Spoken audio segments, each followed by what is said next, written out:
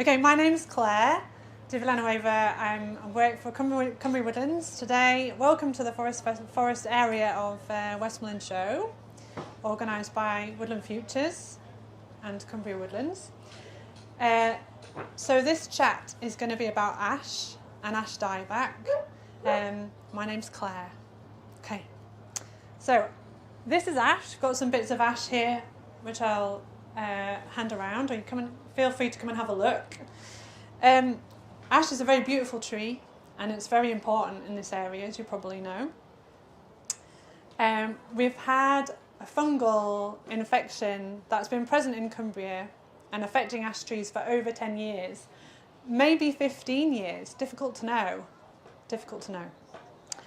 My main message is don't panic. So it's been here over 10 years. You'll notice that we do still have ash trees in Cumbria.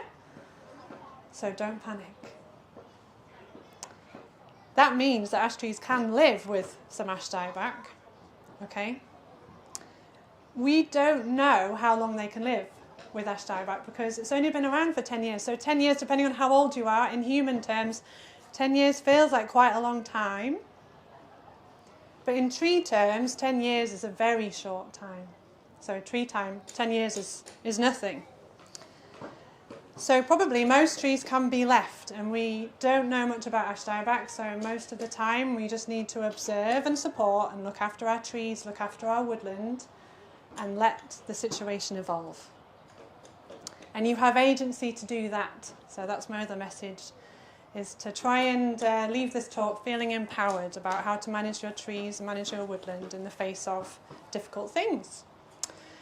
So if you have capacity in your life to engage with environmental stuff, conservation, climate change, biodiversity, all this stuff at the moment, these intersecting and compounding crises, you'll know that it's important to avoid all or nothing thinking. Neville mentioned this yesterday. This is not a binary situation, okay? And really, we all want a message of hope, don't we? So I want this chat to encourage you to tie your concerns, in this instance about tree health, tie those concerns into intentional things that we can do to respond, okay? Because these topics, I think we can all feel it, climate change, biodiversity, can raise your anxiety. They're quite scary things to talk about. They can be quite frightening and worrying to engage with. And I think many of us feel that. But there is immense power and immense hope in doing something, even though we can't control everything and do all the things that might need to be done. So that's good to feel that. Okay, so if you own ash trees or the land on which ash trees grow, or you're responsible for managing ash, do we all recognise ash? Do you want to come and have a look at these twigs and leaves? Happily, these have got Ash Dieback, so you'll be able to know exactly what you're looking at. You see that mustardy colour? That is infected material. I'm going to have a look at those. Ash is great because it's really easy to identify in the winter because it has these sooty coal black buds. So it's one of the easiest trees. If you're new to tree ID, you can know an ash tree even in the winter and look like a tree nerd, because you'll see the buds and you'll know it's an ash tree. And these are the leaves. The leaves actually form what we call leaflets. So one leaf is actually formed into many little leaves coming off the stem like that.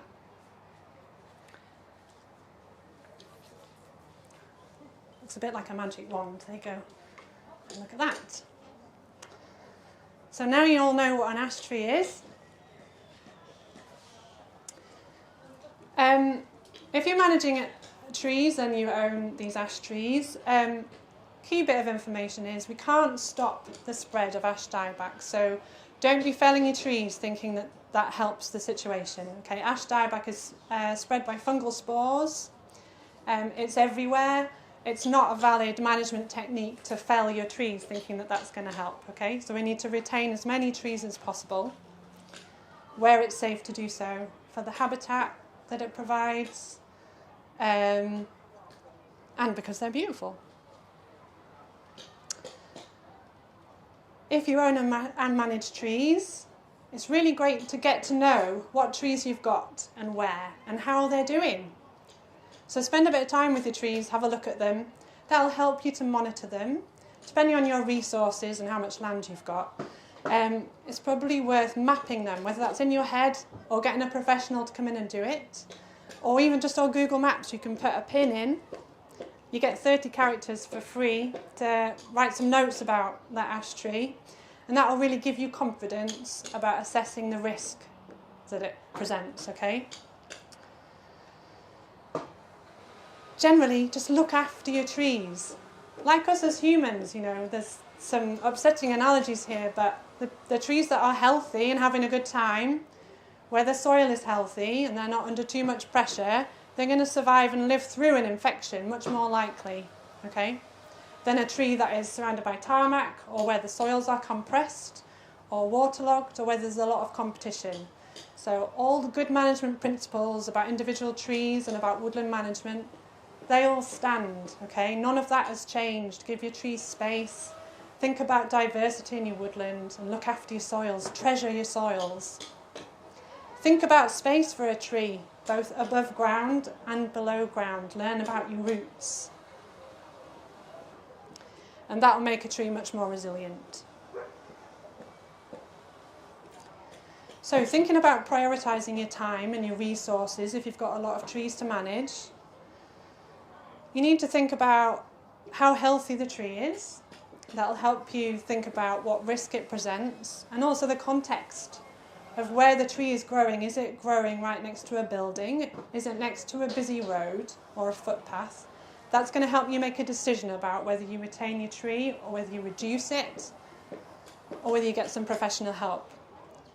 It could be that you need to close a road, a main road, to look after your tree. In that case, you're really going to want some professional help, because this is bread and butter to contractors. They can sort out all that administration with highways, with the local authority, know when to close the road and sort all of that headache out for you. After that, you're going to realise which ones are your sickest trees and which ones are in the riskiest areas, and you'll know which ones you need to spend some money on and some time on. But most trees, they're not going to bother anyone when they fall down. You can just let them decline gracefully, or let them live through with Ash Dieback. Because in the meantime, they're providing all that habitat, they're looking after the soil, and also making babies.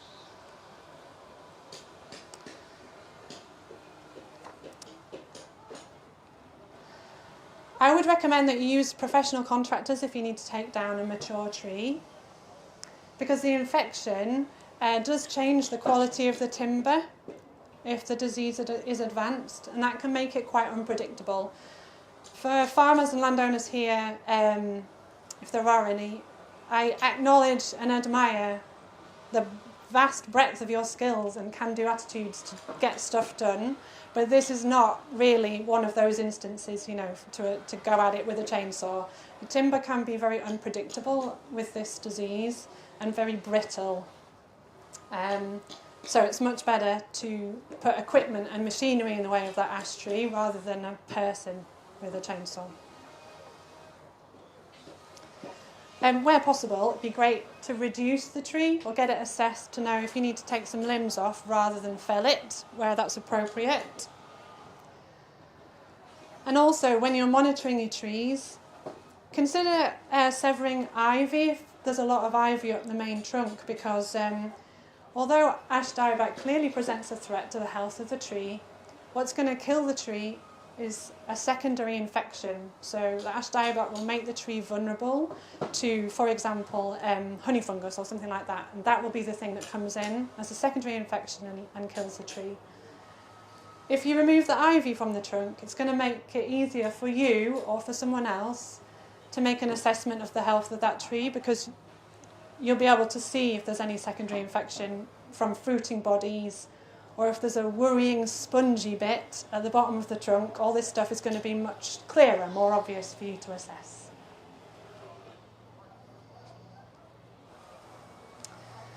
Permissions and stuff. Right. just assume you're going to need a felling licence if you want to take down any ash trees. That's pretty safe. You're going to need a felling licence from the Forestry Commission, who are just over there.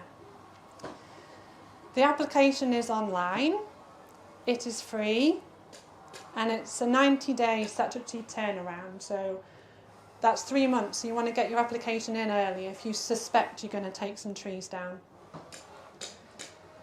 The felling licence lasts for 5 years, and you are under no obligation to take down the tree that you said you would. No one is going to come and check, but you have got that felling licence up your sleeve should you want to use it. Also, getting some advice from Forestry Commission will plug you into other stuff, grant systems, maybe some help with a woodland management plan, replanting advice, and other useful things that are going to help you look after your trees and your treescapes. Okay, that's all of the things that I wanted to tell you. Now we've got a bit of time for you to ask me some things, and also to share any of your observations, because there'll be quite a lot of knowledge and observations here that you might want to share with the group about what you've seen in the region with ash and Ash Dieback. If you just shout out, and then I'll repeat your question so that we can get it for the recording. Okay, so if you've noticed that a tree has Ash Dieback and it's next to a public road, that means you're going to need some professional advice to assess how healthy the tree is or not, and whether it needs to be taken down. Okay, the question was about whether you can buy resilient ash stock to plant. I'm sure we'll get there with genetically resistant ash trees, and there are lots of clever people working on genetics. My understanding so far from Professor Richard Buggs at Kew Gardens is that the genetic component is actually pretty weak on whether an ash tree survives. There is a genetic component, but it's really the genetics is really complicated, it turns out. And actually, the greatest control on how an individual specimen responds to the infection is the health of the tree. So the soils, the competition, whether it gets ploughed every few years, vehicles going by, what other trees are around, all that stuff is much more important. So that's why the classic messages of good woodland management, good tree management are the easiest things to take away from this. Yeah. Okay, thank you. That's Belinda from Natural England, encouraging you to retain your trees if you can possibly keep them, and if they're safe where they are, just keep your trees, please. Anyone else got any observations to share or questions? Will? No. You looked pensive. No? No. Okay. Thank you very much. Come and talk to me afterwards if you prefer that format, and I'll give you a chat. Thank you.